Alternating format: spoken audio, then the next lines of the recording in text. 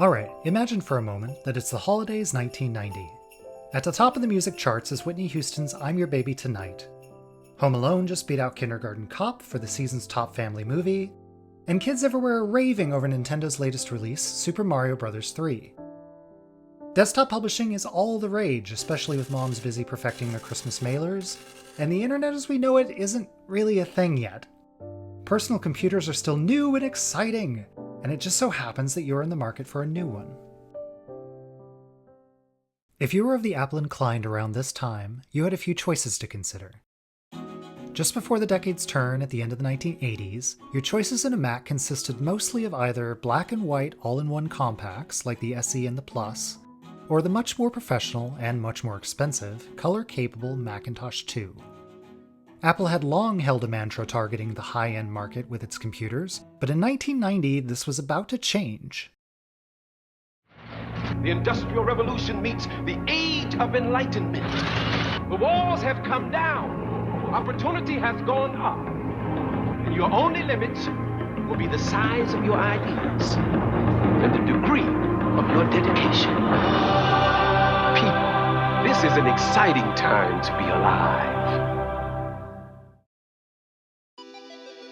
In the face of stiff competition from affordable PC compatibles, Apple sought to expand their Mac lineup with the introduction of 3 new models. First, Apple introduced the Macintosh IIsi as a new color option for both home users as well as education. LC stood for low cost and was the most affordable Mac with built-in color they'd ever released. Next was an updated compact black and white Mac, the Macintosh Classic. Meant to replace the SE and the Plus, it was also the first Mac Apple had ever produced under $1,000. Finally, Apple sought to target the space in between these lower-end models and the professional market with something that would appeal to home users in search of more horsepower or more expandability, while still not breaking their budget. Thus came the Macintosh IIsi. Introduced on October 15, 1990, the IIsi was intended to be the new entry-level member of the Macintosh II line. It boasted many of the best features of its higher-end siblings, such as built-in color, more powerful hardware, and compatibility with the Macintosh II's expansion cards. A base configuration of 2MB of RAM and a 40MB hard disk drive retailed for $3,800. Adjusting for inflation, this would rise to around $7,800 today in 2021. Pairing it with a matching monitor could bring your total up to nearly $5,000, an eye-widening price today. The IIsi was successful, remaining on the market for 2.5 years before being replaced in 1993 by a member of Apple's new Centris line. It is particularly noteworthy, though, that no other Macintosh model ever reused this case design, a trait shared with only a handful of other Macs over their long history. And it may not be what you consider an affordable home computer, but this was the early 90s, and this was Apple. And despite the price, I do have to admit, the investment looked pretty darn nice.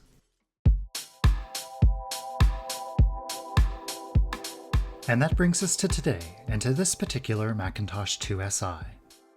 I picked this one up from eBay. The seller listed it as untested, saying it wouldn't turn on, but the photos were promising, and I hope that whatever is keeping it from powering up will be fixable. The front bezel has a single horizontal groove that's common across several Macs of this era. The floppy drive fits neatly into this groove, making for a nice clean design. It's a bit dirty, and it has some noticeable yellowing, likely from sun exposure after years of sitting near a window. That means I'll definitely want to give it a Retrobrite treatment to get it back to, or nearly back to, its original platinum color. On the back, there's your typical array of ports. At the top is AC power in and out, and below this a rather springy power button. Further along, we have audio in and out, DIN ports for modem and printer, a 25-pin SCSI port, 15-pin video, a port for an external floppy drive, and a single ADB port for peripherals. At the top right is a blank plate covering the computer's single expansion slot. Opening up this case is easy, with just 2 pairs of clips at the back that you grab with your thumb and forefinger to pop the entire top and front up and off. From what I could see in the listing, there was no immediate signs of battery leakage or corrosion, even though Macs from this decade are notorious for having leaky capacitors even at the best of times. Inside, though, there is some dust, and by some, I mean I've seen parkas with less fluffy filling than this. My guess is whoever owned this computer last never bothered to open it now and then for a good cleaning, and instead let the dust coat the entire inside over its many years of use. Looking around, you can see the 20 MHz Motorola 68030 processor, soldered in right next to the CMOS battery. 1 MB of RAM is also built into the logic board, with mine seemingly upgraded with an additional 4 SIM modules. It's possible that this brings it up to its maximum 17 MB of RAM. Near the back is the aforementioned single expansion port, a processor direct slot. This can be populated with an adapter board which adds a floating point math coprocessor and converts the PDS slot into a new bus slot. A new bus card would then be inserted parallel to the logic board, adding Ethernet, a second video output, or even one of the rare DOS compatibility cards to let you run DOS and macOS side by side. But before going further, I want to start with this case. Let's see if we can't get it cleaned up a bit before the Retrobrite. I'll start with a quick pass of glass cleaner and a paper towel. This will usually remove any large bits of dirt and grime that make it a bit easier to know where I should focus later. The IIsi is quite compact, weighing it at a very respectable 10 pounds, which was quite a bit lighter than most desktops of its day. Up front, there's a couple small remains of tape that I can remove with my fingernail, and a rectangular spot where the original color shows through. There was likely a sticker or a label here once.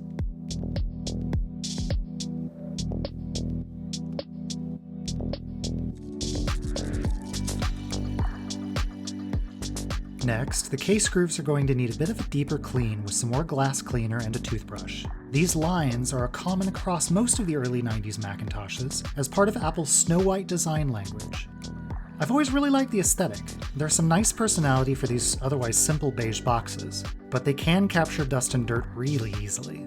A bit of compressed air also helps things along. I only want to loosen things up. We don't need to fully clean them out just yet. There's a few spots that could use some special attention, so I'm taking some 99% isopurple alcohol and carefully scrubbing to remove any scuffs, marks, or otherwise stubborn dirt that's still holding on. I'm careful around the silk-screened label to make sure I don't accidentally lift it off the plastic. I've always been a little bit leery about doing that.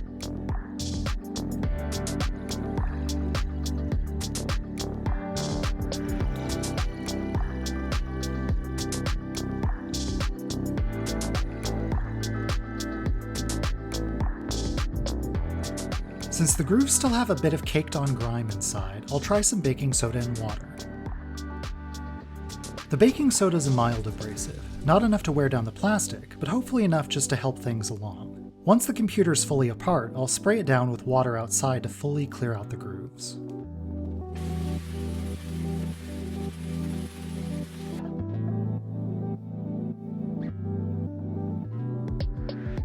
Overall, the bottom looks pretty clean. I'll just give it a quick scrub as well, paying close attention to the 4 rubber feet with some more IPA. They look to have accumulated the most grime over the years sliding over the desk or the table that this was sitting on. And finally, I'll take the toothbrush and some more compressed air to just kind of go over the ports and the connectors and the fan grill and loosen up any remaining dust that might be stuck onto the back for when this is fully disassembled.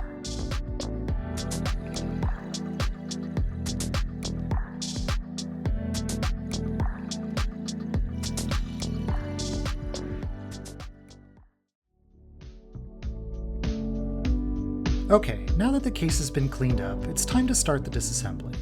Wow, that is still a lot of dust. Time to break out my hand vac and see just how much of this we can sweep away.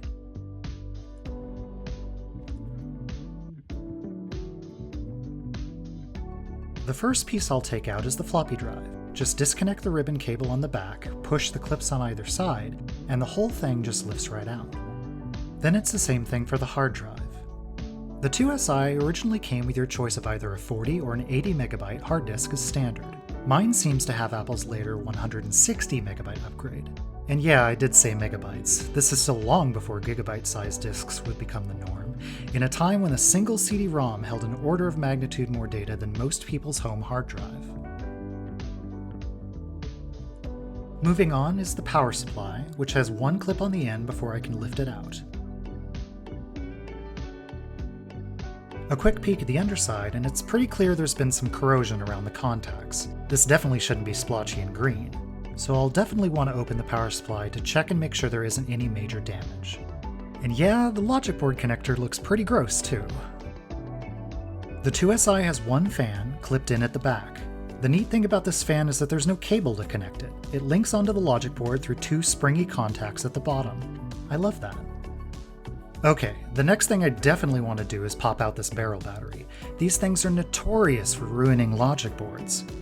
This one looks to have a date label of April 1992. I'm not sure if that's when it was made or that's when it would have expired, but really I don't want to take any chances. Next comes the logic board. Like the other bits, it's held in place by a couple of snaps on either side. I just need to push it back a bit and slowly slide the board forward to where it'll just detach.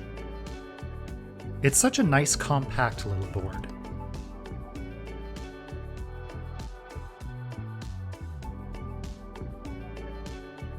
The front power LED slips out pretty easily. It's wired directly onto the speaker module. This module has 5 metal contact arms at the back that sit directly underneath the logic board. Like the fan, this is how the speaker connects, with just a bit of spring force.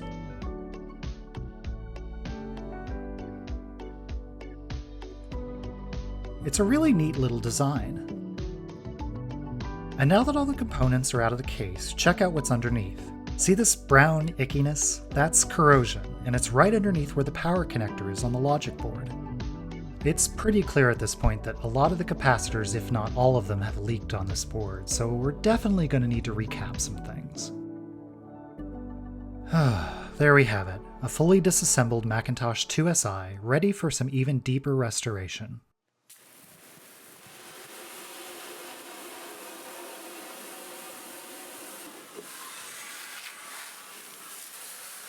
Hopping out onto the patio, I'll give the case a quick spray with my garden hose to knock out any remaining dirt and all that baking soda from before.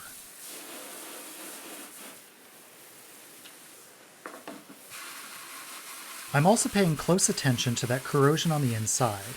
Unlike a lot of other Mac cases, there's no separate metal RF shield. It's just plastic with a layer of reflective paint. Thankfully, this means that once I hit it with the sprayer, that corrosion will come right off and expose the clean, bare plastic underneath. Now that it's sprayed off, it's time to deal with the yellowing. I'll pull out a big plastic crate, place the top case piece at the bottom, and fill it up with just enough water to cover it. Then I'll pour in a bottle of this 40 volume hair developer. It's about 90 degrees here in Portland today, so that should be plenty warm enough to get a good amount of heat going. Finally, I'll cover the whole thing with a layer of very poorly laid plastic wrap to hold in the heat and the gases, and we're good to go. Seriously, please don't judge me too harshly for my plastic wrapping skills. While the case is cooking outside, I'll turn my attention to the internal bits. I'm giving a quick pass with my hand vac just to knock off any remaining dirt and dust that's clinging to these parts. Also, the most fun thing to do with this is compressed air and computer fans.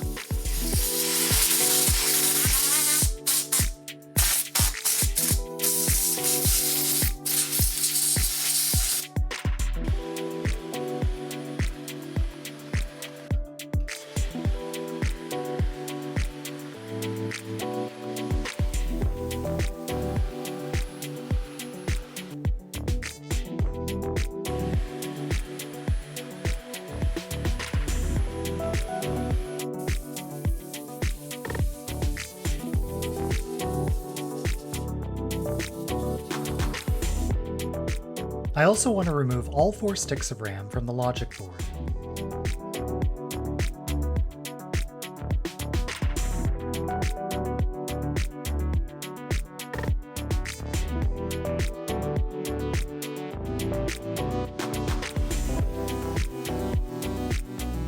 Taking a closer look at the board, it's very clear that there's capacitor leakage. It's just to be expected on a board of this era. You can probably see the dust that's stuck to the board and looks wet around the caps. It's really apparent up here where several of the capacitors are lined up together. There's a visible circle where electrolyte has spread out and made a pond of goopy, greasy capacitor gunk. This stuff is just nasty, and the dust it's caught really makes it visible.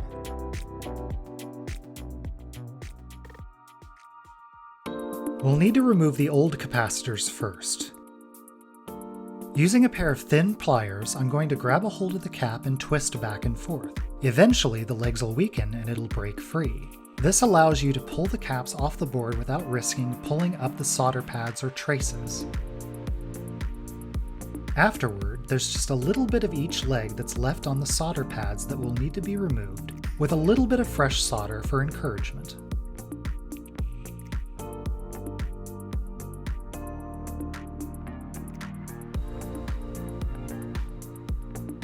Then repeat this another 10 times or so for each of the other electrolytic capacitors on the board.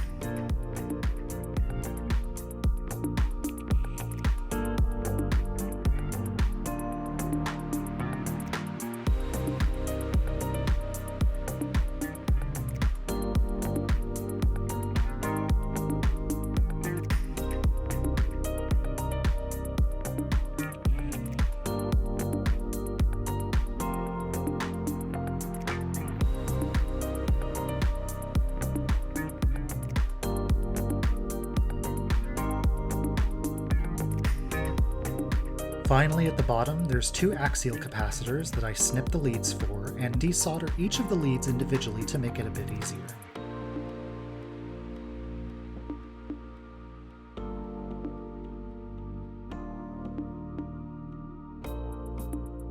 And now that that's done, you can see each of the capacitors that were pulled off the board. So all of the caps have been pulled off, but there's still the problem of that residue that's all over the board itself. How do we take care of that? Well, an easy way is to put it in the dishwasher. A quick run in a fast cycle without any soap or the drying step should clean the majority of that nasty stuff off.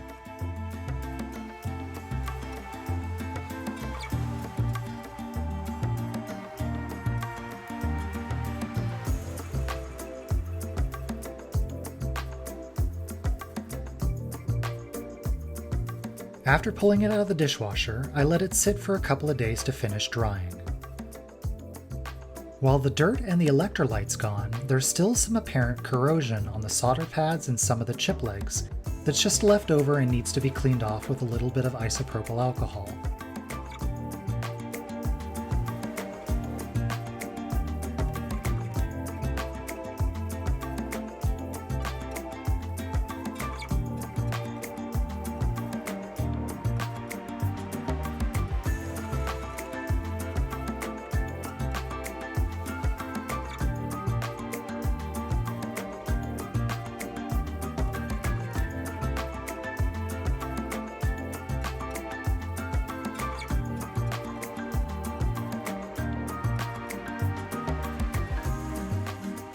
Once the corrosion's gone, I'll take a little bit of desoldering braid to remove any of the old solder that's still left on the pads. Then it's just a matter of soldering on the new capacitors. Now you get to witness my absolutely atrocious soldering skills. Soldering is definitely more an art than science for me. If there's such a thing as a Michelangelo of solder, I'd probably be more like Mr. Bean fixing Whistler's mother. Once they're all in place, things look pretty good. You can really tell a difference in the before and after pictures.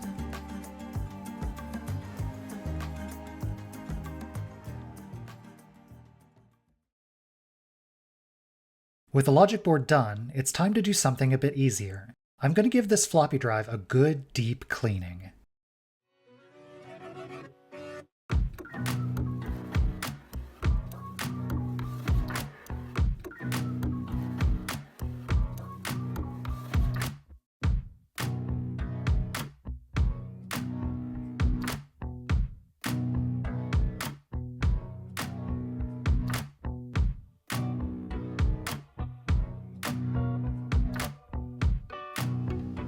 And oof, those are some big dust bunnies.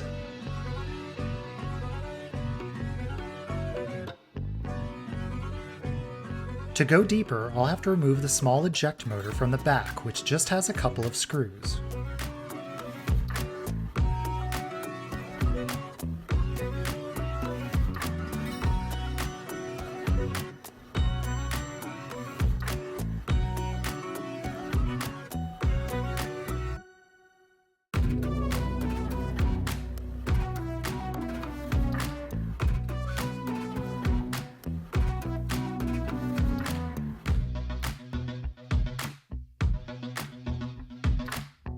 All this drive really needs is some glass cleaner and IPA and a little bit of scrubbing to remove the dust and old crusty grease that's left over.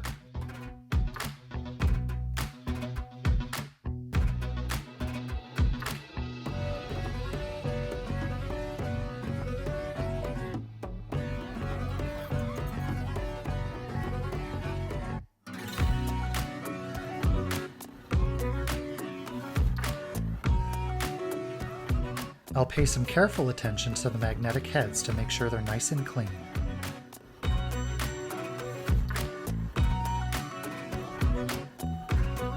Once everything's looking better, I'll add just a bit of white lithium grease with a Q-tip to make sure that all the articulation points are moving smoothly.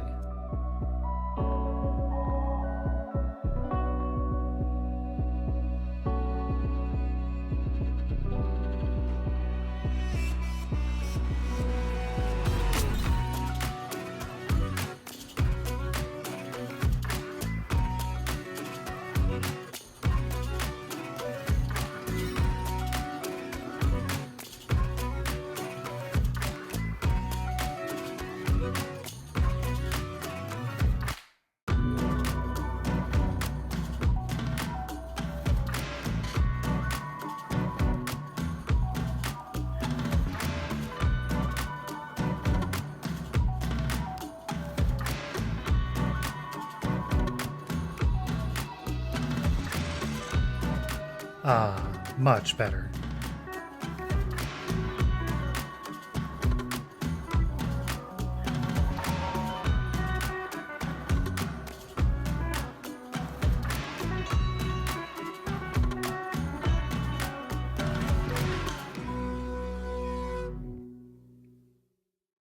Moving along, it's time to take a look inside the power supply. But first, a warning. Now a warning? Power supplies can be dangerous, and I'm definitely not an electronics expert. I'm always nervous when opening them, and I don't do it often.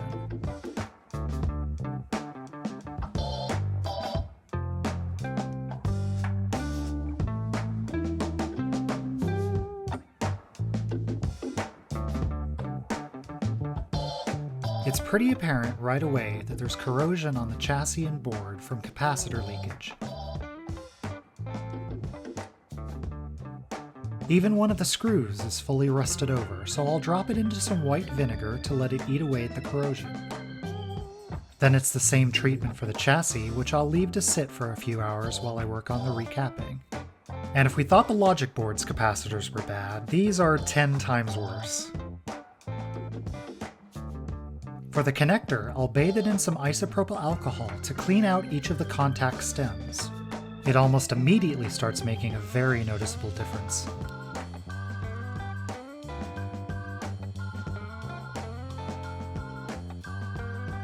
Since most of the caps on this board are of different values, I ordered a pre-made kit.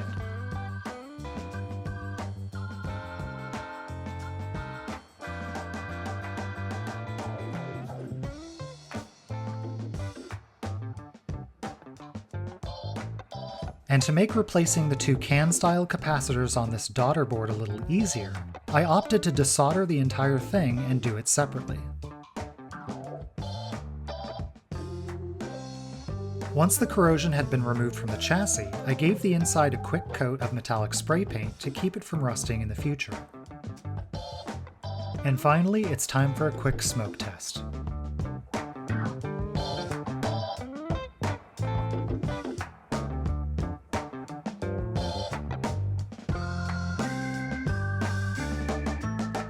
Overall, I think that'll work just fine. And finally, to put all of the pieces back together, and for the moment of truth, to see if it will turn on for the first time.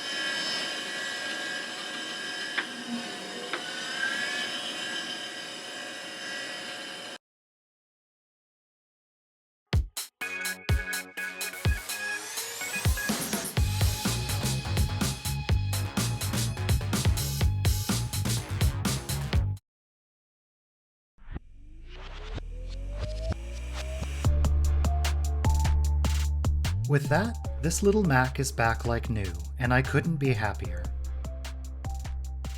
When it arrived, it was dirty, yellowed, and wouldn't power on, but a little love and attention can do wonders.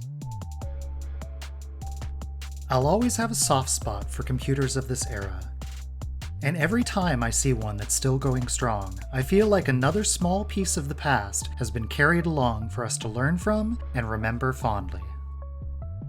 I'll leave you with just a bit more of this Macintosh IIsi. Happy restoring, and thanks for watching.